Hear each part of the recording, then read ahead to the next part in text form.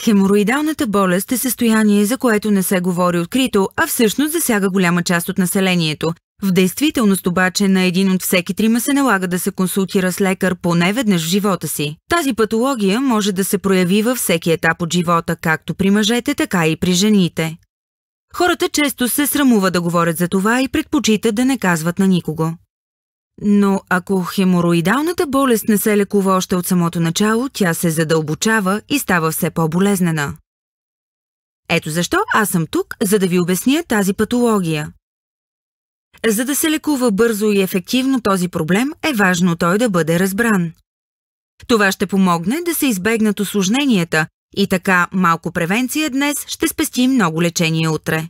Първо, трябва да знаете, че хемороидите са част от човешкото тяло. Те са като възглавнички, богати на кръвоносни съдове, състоящи се от вени, позиционирани в ануса, които подпомагат изхождането. В случаите, в които вените се влушат и възпалят, можем да говорим за хемороидална болест. Хемороидалната болест е много болезнена, причинява тежък дискомфорт и кървене.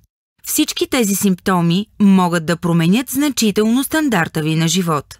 Но какво причинява хемороидалната болест?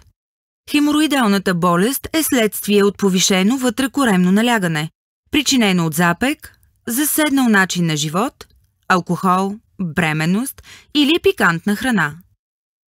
Ако не се лекува правилно още от самото начало, рискът да страдате отново и отново от хемороидална болест ще се повиши, имайки предвид, че хемороидалната болест е хронично състояние.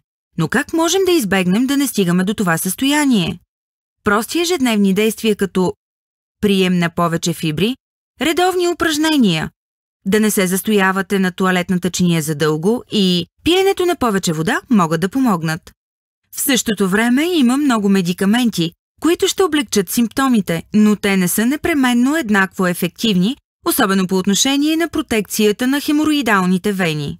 Така че, каквито и да са вашите симптоми, след като страдате от анална болка, трябва да се консултирате с лекар или фармацевт. Колкото по-рано се консултирате с лекар или фармацевт и започнете лечение, толкова състоянието ви ще бъде контролирано по-добре.